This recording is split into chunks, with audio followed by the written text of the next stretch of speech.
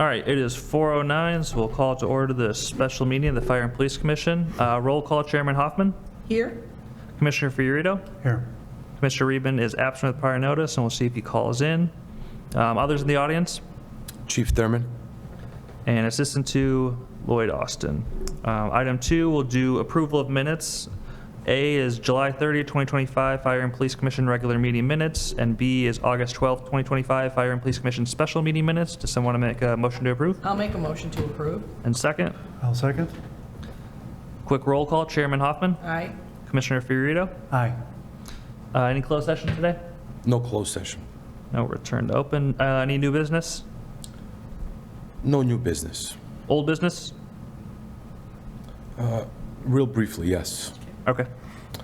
As I informed the commissioners, we are going through police testing. Maybe that's it. This one? Yeah. Is that you? Hello? Can you hear us? Yes. Hold on, I'm right here. I can hear you just fine. All right, we're gonna have to make a motion real quick to let him in the meeting. So it is 4:10. Someone make a motion to allow him electronically? I'll do a motion to allow him to come in electronically. Commissioner Reitman? I'll second. All right, real quick, roll call, Chairman Hoffman. Aye. Commissioner Fiorito. Aye. All right, you are all good to go, Hyman. All right, we're here. Great, thank you very much. All right, And I'm sorry about, they kept me here later than I expected, and they just made the appointment with me yesterday. Yeah, not a problem. We're okay. all right, back to old business. I'm sorry. Updating the commissioners on old business related to police testing. Our application closed this past Friday on the 29th. Director Gentry has gone through all the applications, and as of today, 52 applicants have successfully completed all of their documents and now are eligible for interviews, which will be held in 2 weeks over the course of a Saturday, Sunday, and Monday, in which we will have an eligibility list. They are being asked to submit their preference points in advance, as normally they have to do so, so we will compile that list following their interviews. That is all I have for old business. All right, we'll go to item 7 then, departmental updates / correspondence. Yes, I'd like to inform you that the department has been working on updating all the private property enforcement agreements. These are agreements with all of our private properties to include shopping plazas, hotels, motels, residential properties that would allow the police department to come on their property, enforce city code, local ordinances, patrol the area, look for violations that we can write under certain codes on private properties. And we've had these agreements in place before. Some are expired, some are outdated. So I've taken it upon myself to update all of these. They're valid for 20 years. So once this round is done, we will be good for 20 years. Do the property owners have to sign off on these? They have to sign off. They have to come to the police department, sign off on them in front of a notary. They go up in front of the city council for approval and vote, and then they are finalized. What if they say no? If they say no, which we've had a situation where a property is considering saying no, we would not be allowed to enforce any other laws outside of what the Illinois Vehicle Code allows us to enforce on private properties. So this is specifically aimed at allowing us to write city ordinances on private properties. However, IVC does allow us to write a very small number of violations on private properties, which that would still stand.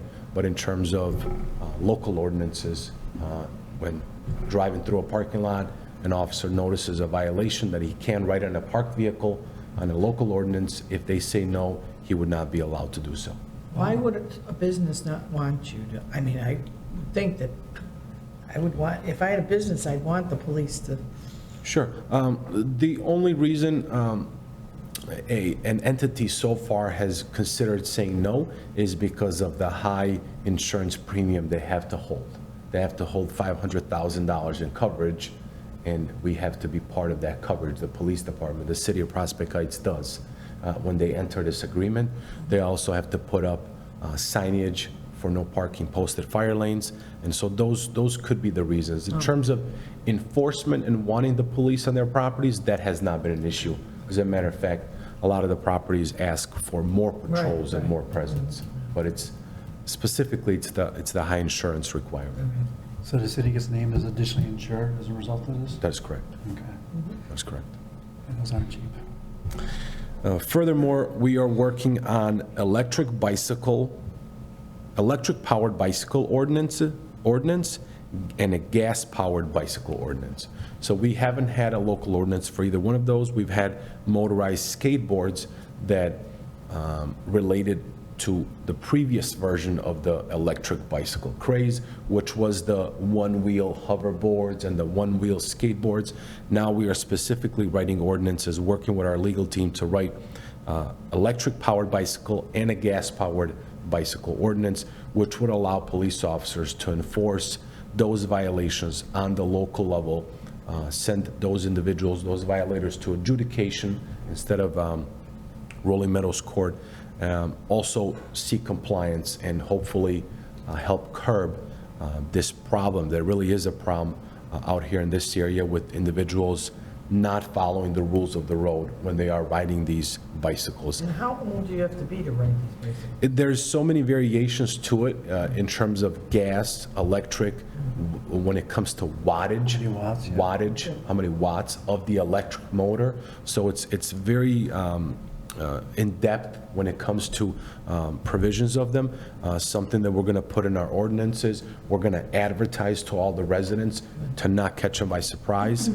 Follow in suit with what state law is, with a couple minor changes, but we will advertise, give people plenty of time to be in compliance before we start enforcing these laws. Because they're supposed to be riding those on the street, right, not on the sidewalks? Once again, it depends on the classification of the actual device, whether it's gas or electric. Some can go on sidewalks, some have to stay on the street.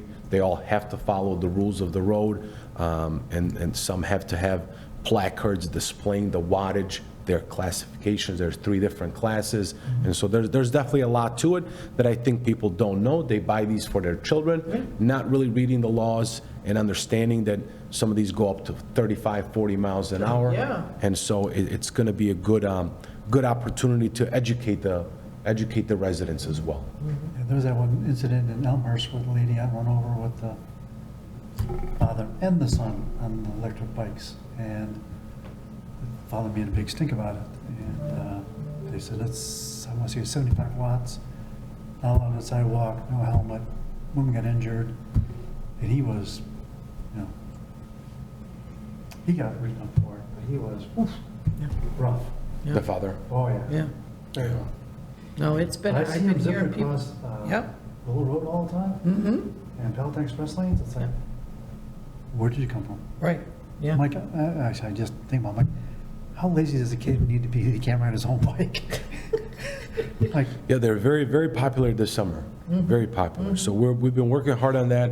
A couple more revisions with the legal team, and we should have those finalized and ready for approval and publication.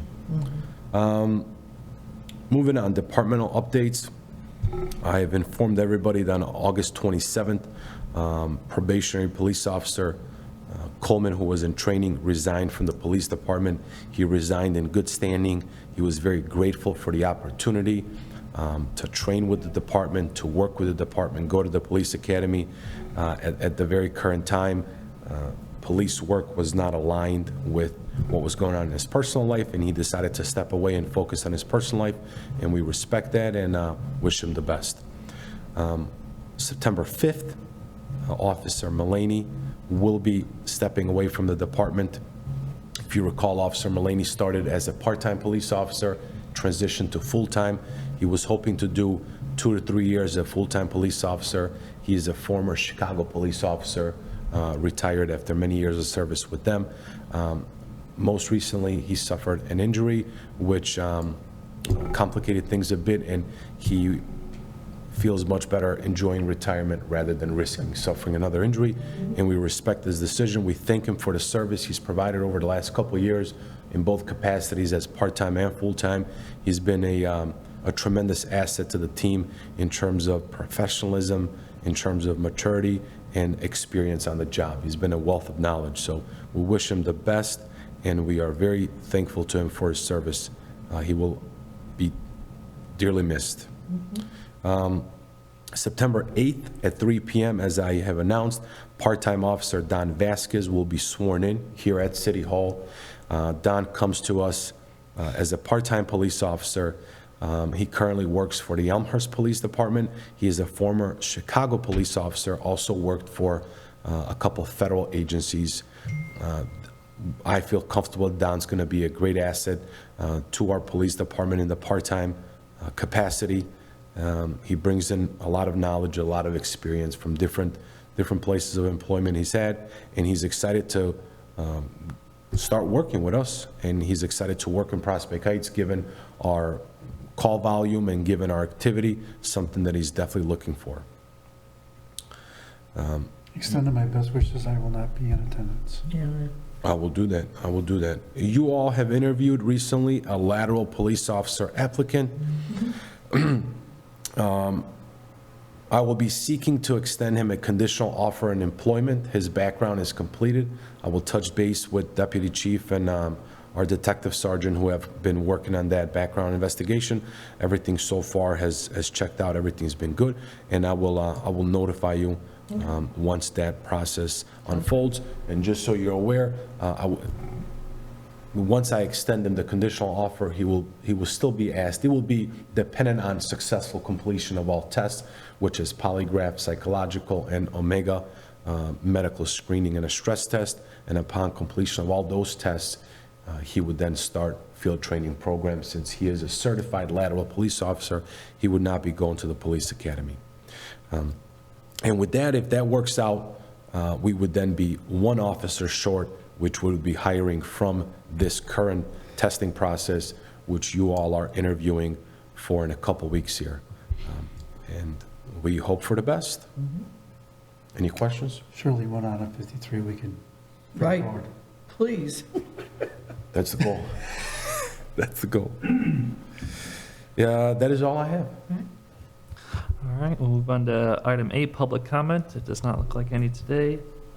So item 9, the next regular meeting of the Fire and Police Commission is scheduled for Wednesday, September 24th at 4 o'clock here at City Hall. Does that look good for everybody right now? Not for me. Not good for Joe. Looks good for me. If we can move it up a week before, that'd be fine with me. I have a very ugly month.